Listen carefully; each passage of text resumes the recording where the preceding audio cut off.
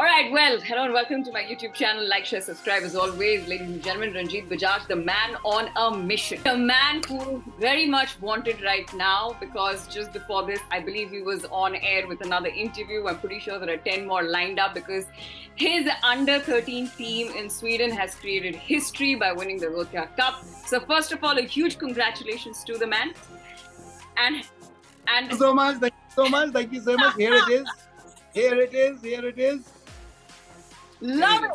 So, yep. Congratulations not only to you, to each and every Indian, because now we Indians can say that we can compete with the best in the world. So it's the B13. So boys 13 means the ones who are already 13. So this is the under 14 team. So there's a little confusion. Right. Yeah. So it's actually under 14 team, but that's actually good. Why? Because that means we are 1 year closer to AFC 16, and the main aim is that. So people keep on saying, when you keep on saying World Cup 2034, how can you being a club get the team prepared? It's not me being a club. The day we have 10 Indians playing in the top European league, that day we reach the World Cup. How does Japan do it? Japan has one of the most amazing leagues. Suppose we have an Indian being transferred to the Premier League in Japan, that would be the biggest transfer news in history. Or South Korea, for that matter, or for Iran. Because their leagues, it's not that the top leagues don't do well. Their leagues are really awesome, especially compared to ISL. Yeah. But you'll never have a player doing very well in the ISL and then getting a direct contract to the Premier League. Why is that? Because the level is not that good. And how do you get that first Mohamed Salah? That's the aim. The moment you get the first guy, we Indians are a bunch of believers, like Imagine Dragons. So we're a bunch of believers. Yeah. But we need that one Indian to do it for us first. That's how the cricket revolution started. Right. So why we are dominating in hockey is because from day one we've been taught that hockey is a national sport. Even when we had the downfall, when we used to come up again, we used to know that we've beaten these guys so many times. Same way, we need an Indian to prove that we are world. Now see the number of people who've taken up javelin because of Neeraj. Number of people who took up shooting because of Abhinav. It's because we Indians prove that we are the best in the world. Yeah. We just need to show ourselves that we are. And then everyone says, okay, fine. If he can do it, so can I. And that's what we need. We need more belief. Belief in our boys being the best in the world. Now, so I was trying to explain the same thing to others, that how come, there was a doubt in some things' minds that, how come the standard is so good that you'll be able to dominate the European team so much. Yeah. It's very, very simple. From minute one, when we landed there, these boys were already confident without even playing the Europeans that we are going to win the cup. Oh. Why? Because, so that's the kind of confidence level. From day one, this is around, now these boys, this batch has been here for the last 4 years, 5 years. In 4.5, 5 years, how much football have they played? They have played more football than the best boys in the world. When I say best, I'm talking about La Masia, or I'm talking about Ajax, or I'm talking about Vietnam's academy, because they do 5 times a week training, because they say that, okay, kids under a certain age, you should train only this much. We say that fine, once you reach that level, then that's what it is.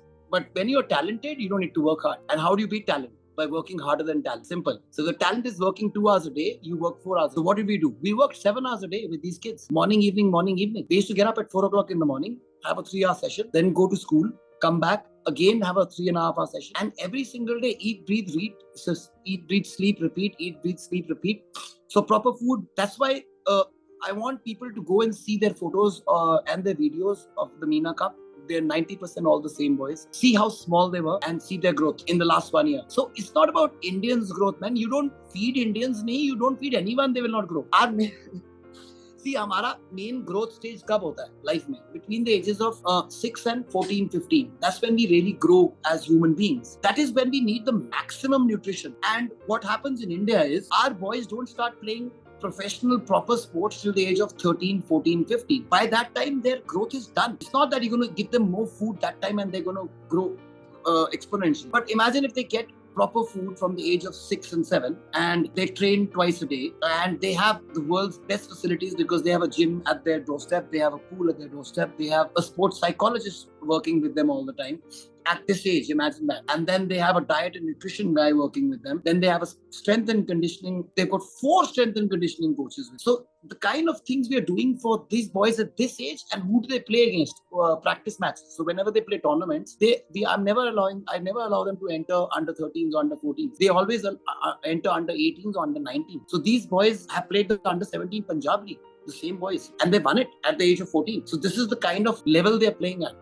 Then last year, before going for the MENA Cup, I'll tell you, Messi can only be Messi. These are all my philosophies, okay? So Messi can only be Messi if you let him have the ball. On the street, he is not impressive at all, okay? And not scary at all. But if you give him the ball on the football field, he will run circles around you. But what if you don't let him have the ball? And if you don't let the entire 11 don't have the ball? That's what we did with Brazil. Or with Spain in the semi-final. Or with Sweden in the quarterfinal. It's not that boys didn't know how to play. Those boys were really, really good. But we didn't let them play. So Techni Football Academy, the Spanish academy which played us, if you go to their website, they say that we play Johan Cruyff style, and Johan Cruyff is who we follow because they're from Catalonia and Barcelona. And we like possession football. We like playing in the opponent's half. No matter what happens, we'll never hit long balls. And that's all they were doing during our match. Why? So we were pressing them so well. So these boys could press for 50 minutes. That meant they could have the ball for at least 40 minutes of those 50 minutes. That means the other team had only 10 minutes to score against us. But could they build more than 3 passes? Any team? No. So it's not rocket science. And that's exactly what I've been saying. Why Indians can do really well? Because it's not rocket science. And we Indians, if we put our mind to something, we can dominate the whole world. We've shown it. And we'll keep doing it. That's how engrossed I got into the tale that I'm making rookie mistakes on as a presenter now. No, but I am so inspired by Indian football. I am so inspired. I'm so inspired not just by, our players, but I'm actually very inspired with people like you who are motivated, and not just you have, and right before this I've had a series of talk around Indian football with a lot of people who are as motivated, but you're right there, you're sticking to the ground. What is driving you, especially when you've sold major stake of the senior team to Round Glass? So what is driving you, man? Or that's what's driving me. That's it. So yeah, exactly. I just dropped the mic. See, the point is, exactly. See, everything is done here for the country. Our academy, Minerva Academy, is, before we were a football academy, since 1955, we have been producing officers for the Indian Armed Forces. So people don't know, one of our students is Vikram Batra, PVC, Sher Shah. And with that kind of lineage, that is why even our team like Delhi FC or Minerva, whenever they used to play, instead of the sponsor, right here or right on the back, we used to have saluting the Indian Armed Forces. And the country used to, so the whole point was getting the country there and making sure you do well on the international stage. Because winning national titles, once you've done it, you don't need to do it again and again because you've proven to the world you're the best in the country. But that's not big, because being the best in your country is not anything for your country, because you're just playing against those guys. You need to prove to the whole world that you're the best in the world. How do you do that? And where do you start? And the motivation comes from the fact by the whole world telling us the Indians can't play football. That is the motivation. From the entire world coming. So that's, when we went to Sweden this time, it was so touching, and I mean, getting goosebumps and crying. In fact, the second day and the third day it happened. So when we started doing well and thrashing these Europeans, the Indian community in Gothenburg in Sweden got behind us so much that these boys every day had a cooked home meal waiting for them. They were getting fruits every day. They were getting chocolates, which they are not allowed to them to have, and they had it after the tournament because they collected them all and did it. But and then the Indians coming to us and just being grateful and saying thank you. And I was saying, for what? For giving us this new lease of looking into their eyes. He says for the last 20 years, 10 years, 15 years we've been living here, and yet we've just been hearing of Indian teams losing to Europeans 6-0, 8-0, 10-0. You don't understand what it means. It's like a Swedish under-14 cricket team going to India and beating India in cricket. That's what it means to them. So they're saying now the Goras look at us with a different kind of respect. Why? Because, oh my God, look how Indians can be that good. They're just amazed. So it's just, again, see the matter of belief. And now we've had so many offers from there coming saying that we'll give you free food. Come and stay with us. You don't need to pay for anything. Because they're just so happy that an Indian team has been able to do so well. They were just looking for that spark. And that's the belief I wanted to give back home. That spark. We're good enough to do it, and we're good enough to dominate the world. That's brilliant. That is brilliant. First of all, the fact that you said that, how it has impacted the community there, which is outside of football, people living there, it just once again reemphasizes the power of sport. I'd say it's soft power that actually trickles down so well across diversities, across economies, across, boundaries. So, yeah, man, here's wishing India all the best. Now coming to the problems. Now, I was reading an article, and I think TOI mentions Kushal Das, who mentioned this about the problem of Indian football is the league structure. Your take on that? See, I really think that's a huge problem. The league structure means basically the league not having a structure. A league should always be a pyramid like this. In India, till last year, I'm talking about till, I don't know what's going to happen, what they're going to implement, how many teams are going to be in the I-League. In India, unfortunately, the league structure looked like this. That means what? Maximum teams you had in the ISL, second maximum in the I-League, the third maximum in second division, and there was no third division. Yeah. There was nothing. So that was like this. And for making it like this, we need to increase the teams in the lower divisions. Make sure that every state follows the sports code. See, it's all well and good, no matter what AIFF keeps on doing, and their intentions are great. And trust me, if I'm saying this and I'm praising AIFF, that means they're actually doing something good. Because see, guys, what I've seen in the last 1 year, I've never seen before. Last 7 months, I've never seen India play so many international matches. I've never seen importance being given to the age group football. I've never seen all the changes which are coming in, which can only come in if somebody who knows sports is in charge, and not someone who's totally, cut off from the reality of sports and never dealt with the problems themselves. So that's great. Now, how do we make sure we get there? So, for example, we were talking about league structure. The number of matches we play. See, it's all about game time. From the junior most age group to the senior most age group. How many matches do you need to play? So if you depends on who do you want to play against. So okay, I want to be the best in Asia. So okay, fine, the best in Asia, Japan, Korea, Iran, same. How many matches do they play? So their senior team plays 50 matches a year, 45 matches a year. So you want to compete with them. So how do you compete with them? By playing the same number of matches? No. By playing more than them. Yeah. So we play half. We play 25 matches. So how do we get? There's no chance. Unless your season is 8-9 months long and you get at least 40 to 45 matches in every age group, you're not going to get. It's as simple as that. Now, for example, the team which played us in the final, Auden FC. Yeah. They won the Gothia Cup in 2019.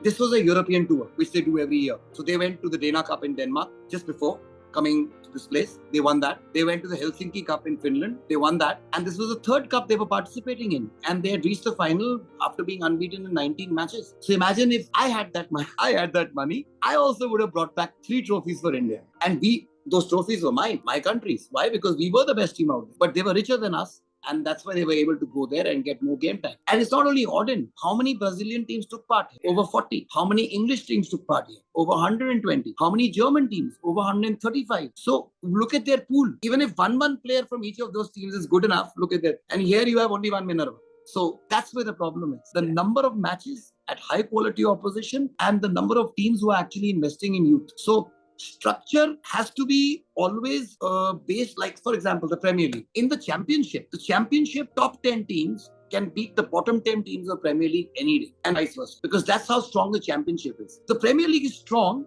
only because the championship is strong, not the opposite way around. The most expensive match in the history of football is not the Premier League final, is the championship deciding match, who's going to get promoted in the playoff from the championship to the Premier League. So imagine, that is how they go about it. And how many matches the second division play?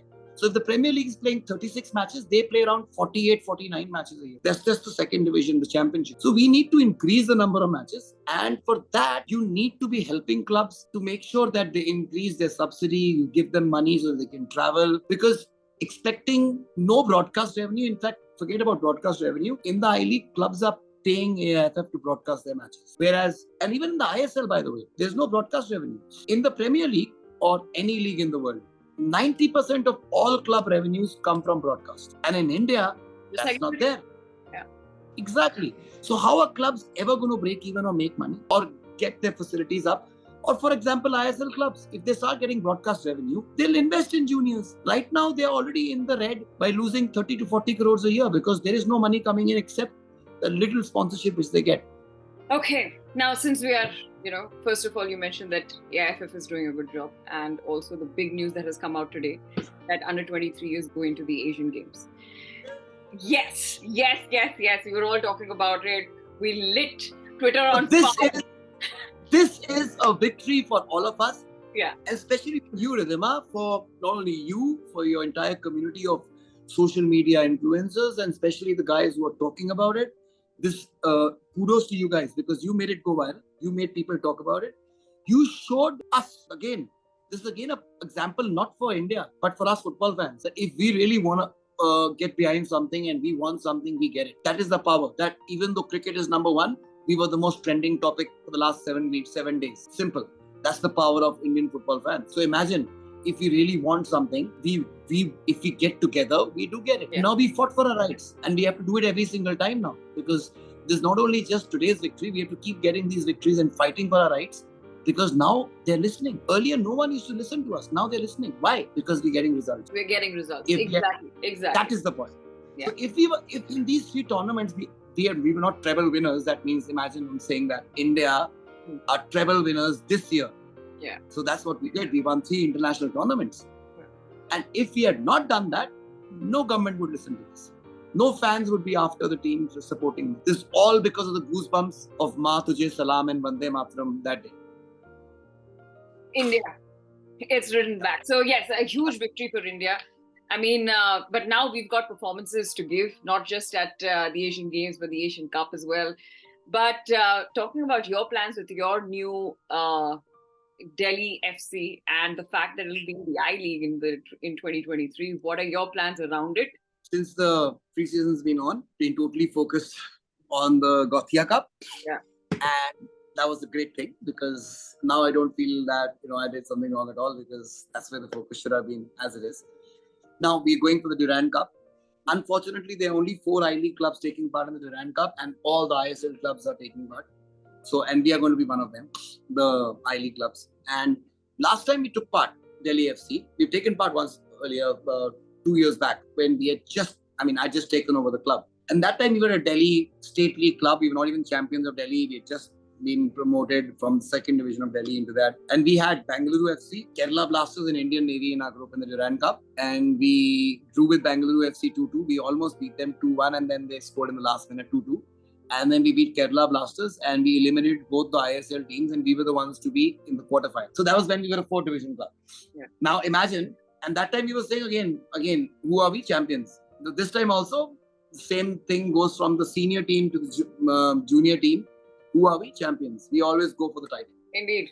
Now, same way with the I-League, we're going for the title. And I won't enter any league. I won't think that I'm good enough to win it. So we only see, there's nothing known as silver medal. Yeah. In the armed forces, silver medal is basically you are dead. Okay? Yeah. There is no second place. Yeah. Yeah. The famous thing. Nobody remembers who landed second on the moon. Exactly. See, in life there are 2 things. And this, by the way, this is up on the walls of Minerva. In life there are 2 things, results and reasons don't count. Nice. Now, so everything that you just mentioned about participation, about India, not just wanting to participate, but it needs aggression to win. Just before I came online, and I'd like everyone to, if you're watching this, you must go and see it. There's a prep talk which Ranjit Bajaj is giving to his team, where he said, are you hardworking? Yes. Are you talented? Yes. Then, I love that prep talk. And I think it, all these, see, the thing is with Indian football, you haven't seen as much of that. At least, from close quarters, you've not been able to see it. You've seen it in other leagues. You've seen it in movies. You've seen it everywhere. But I was very, very impressed with that prep talk. And that's exactly what he's spoken there as well. But, talking about prep talks and talking about the changes, just talking about the development of football region-wise. Now let's talk about from the north side, right? We have Delhi FC, and then I think we have Minerva Punjab and Delhi Dynamos, and then DD, of course, is not there anymore. But we now have Inter Kashi, right? And now we've seen Rajasthan, Gujarat. I'll tell you. So in 2015-16, when I was in the 2nd division and we got promoted to the I-League, we were the only team from North India. Yeah. There was no, that time there was, ISL had not started. It was started in 2016-17 as a 40-day tournament, and that was not supposed to be that, there was any club from North India. North India means Jammu Kashmir, Himachal, Punjab, Uttarakhand, Madhya Pradesh, Uttar Pradesh, Uttarakhand, Gujarat, the entire Odisha, the entire belt of North India and North. Once we got in here and we showed in the very 2nd year of our participation that we could win the league, other clubs from Punjab started wanting to do the same. And we got club from Kashmir coming in. Then we had Delhi Dynamos, but they went to Odisha coming in. Then right now, if you actually look at it, and if they had actually gone ahead with the 5 teams, they would have been 7 teams from North India. Because other than Real Kashmir and Rajasthan and us Delhi FC, there would have been Namdhari, which is coming in. There would have been Inter Kashi, which is from UP for the first time. It's brilliant that we have a team from a state which is as big as Europe. I mean, if you look at the population or the US. So. And that was totally untapped. Imagine 1.4 billion nahi tha. It was only 1 billion. And aise karte, if you look at it, the states which do not have, like you were saying, is it now spread out? It's not properly spread out. So when you even talk about Bengal, you're talking about only Calcutta. When you're talking about Mumbai, Maharashtra, you're talking about Mumbai. So the Mumbai champions go and play in the second division. What about Kolhapur? What about Pune? In the same way in Calcutta, you think Siliguri doesn't have good teams? They have great teams. The same way if you go to any place where you have only the metro coming in. What you need is you need to be going to tier 2 and tier 3 cities. You need to be spreading out, and that's where the state associations come in. That's why the sports code has to be followed. The sports code says that every association has to organize their state league, their district league, the under 14s, 17s and 19s, boys and girls. And that is all they ask. Once you have that it becomes our 4th division. So if we have over 700 districts, so you have 700 district leagues going on. Each league has at least 20 teams. So you have 1,400 clubs in the 4th division of India. That's how it happens.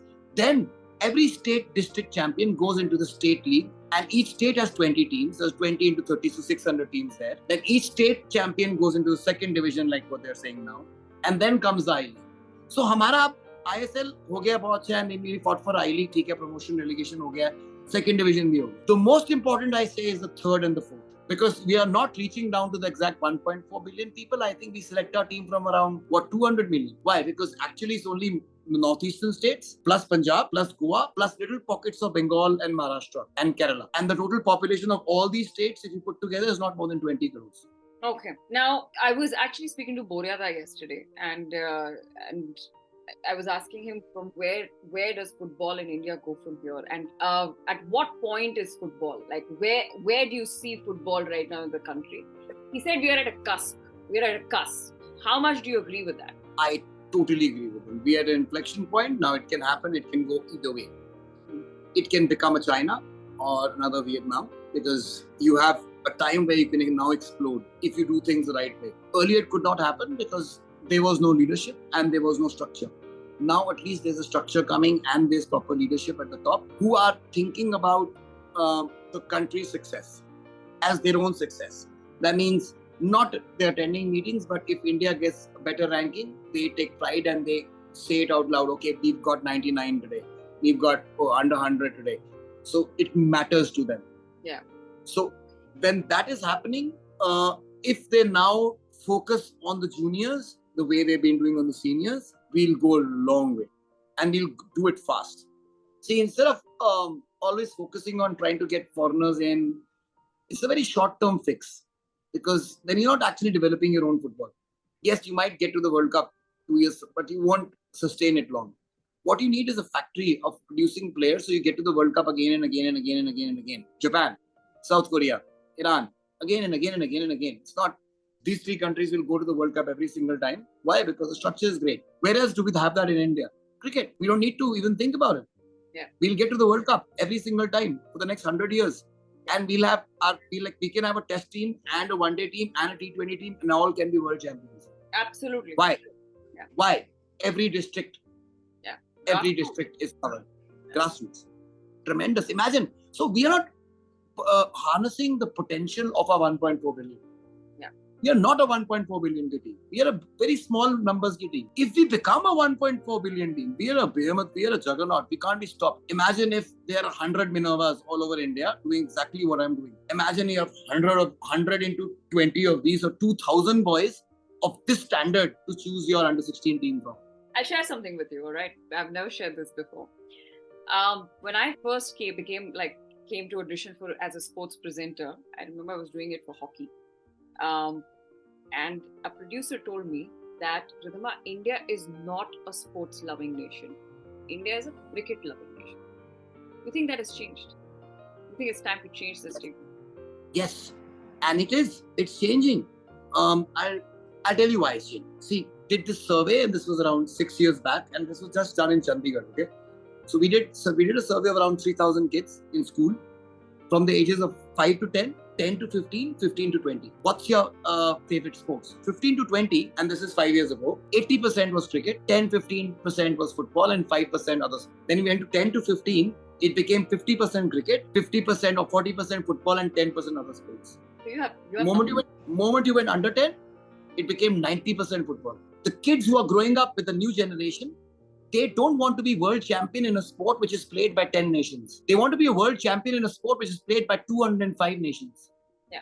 Then you're a world champion. So see, because you've been so closely with hockey, now I'll tell you where I think we can do really well. Because see, in hockey, till 1960s and 70s, we were world champions and we were dominating everybody.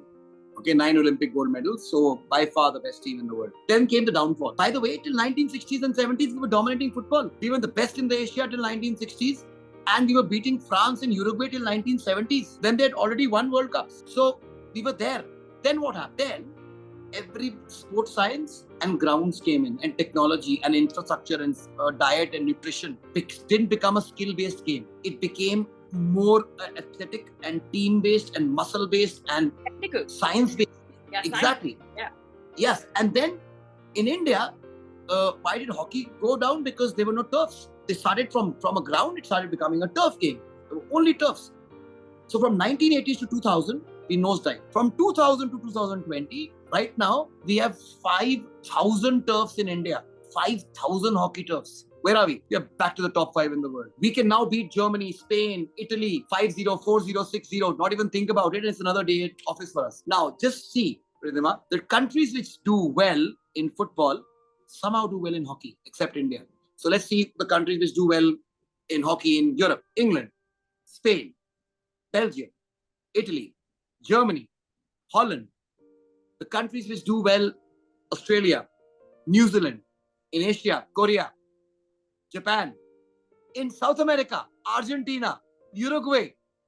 So if they can do well in hockey and we can beat them all, why can't we do that in football? The same genes, same team game, almost the same size, but we can do it. It's just the belief is not there. And the belief will never come from our seniors. The belief will only come from our juniors. Once we start this, so now these boys, if last year they went to MENA Cup and they beat all these teams now this year. So the whole point is every single year, take them abroad, make them play with the best in the world of their age group, so that every year they have this habit of going and dominating teams.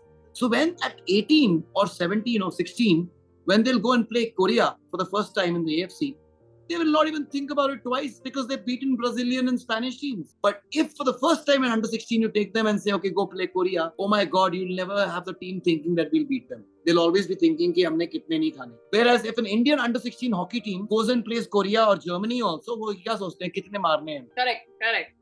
Brilliant. It's here. It's here.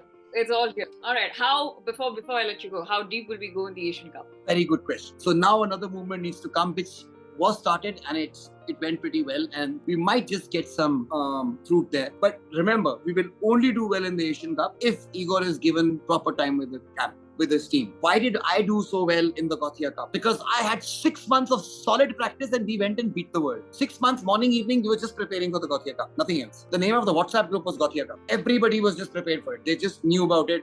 Every day watching videos, they were looking at things. That's why, because we studied videos of the finalists before us, and we saw what their level was. Brilliant. But if you tell a coach that, okay, fine, you bring in your team and 10 days before that go, it's not possible. You need to work harder. So what are the other teams doing? Now, if Saudi Arabia, and now Saudi Arabia is the world's biggest league in terms of numbers of the value of players in there, it's even bigger than Premier League, this league, that league, because of the numbers which have just come in. Saudi Arabia, Iran, South Korea, Japan, they can stop their league for the Asian Cup and give their teams camps. You think your league is too big to stop? That means you don't care about the country. They care about the country more. And look at the league. Their one team value, Japan's Premier League club, is more than the value of all the clubs in India put together. Forget about ISL, I-League, and this, everybody. Yeah. So if they can do it, why can't we do it? And the only chance we'll have to do well is if we do it. If we give him 45 days, Okay, and again, results and reasons don't count. The 2 times he was given camps, one was the World Cup qualifiers, one was in the AFC Asian Cup right now, and the 3 trophies he won right now. He got a camp. When did he not get a camp? Last time he went for SAF, he didn't get a camp. We went straight from the ISL because why? Oh, Sri Lanka को खेलना है. क्यों? Sri Lanka की rank क्या है? 205. Last ranked team है यार. क्या किया? We drew with them. And we looked so bad. Why? Because you have somebody, no disrespect to Stephen Constantine from East Bengal, or Owen Cowell, or for that matter, Carl Skudred, or Sergio Oliveira. They've got different play styles. And everyone's been playing to that play style and into your mind. From 4-3-3 to a 4-4-2 to a 4-2-3-1, you can't come and convert immediately. It takes time for your body, and then your patterns. That means you've got set patterns, your set pieces which have to be rehearsed. Your practice matches from where they'll come to. So how people don't understand. One practice match means 1 week gone from your thing. Because 3 days you're just preparing for the match, 2 days you're recovering and doing analysis, and then the 3rd day you can get on. So 6 days have gone from one. So probably if you say in 10 days, we can have 1 match and nothing else. That's why we need 45 days. You give him 45 days, then you judge him. And trust me, we can make history. Because we Indians are good enough. We've shown them the kind of confidence these boys have now. I'm talking about the Indian national senior team. If you are doing nutmegs and you're doing back heel passes in the opposition goal, and when the opposition is Kuwait or Lebanon, trust me, we Indians believe in ourselves now. So now we need complete and total support to the coach. Whatever he wants, we should just be given. Then we judge him. Yeah. You can't judge him by saying, okay, fine, you won't get it, and then otherwise you'll be fired. That's unfair. And we Indians like creating history. That's what we love doing. Yeah. That's what we love. Exactly. That's what it is. So the thing is that you, me, and all of us are working for just one team. It's called Team India. And here's wishing Team India all the very best for every future endeavor, and all the very best with your clubs and with the I-League and with everything that you're onto. Like I said in the beginning, you're a man on a mission, and you're inspiring in many ways for people like us. Just the kind of leadership skills you're displaying, on the field and with the team that you have. So congratulations and keep up the good work. And thank you so much for joining me on my YouTube channel. Thank you so much for having me. It has been a pleasure. Always here for you. Thank you. See you. Bye-bye. Good night.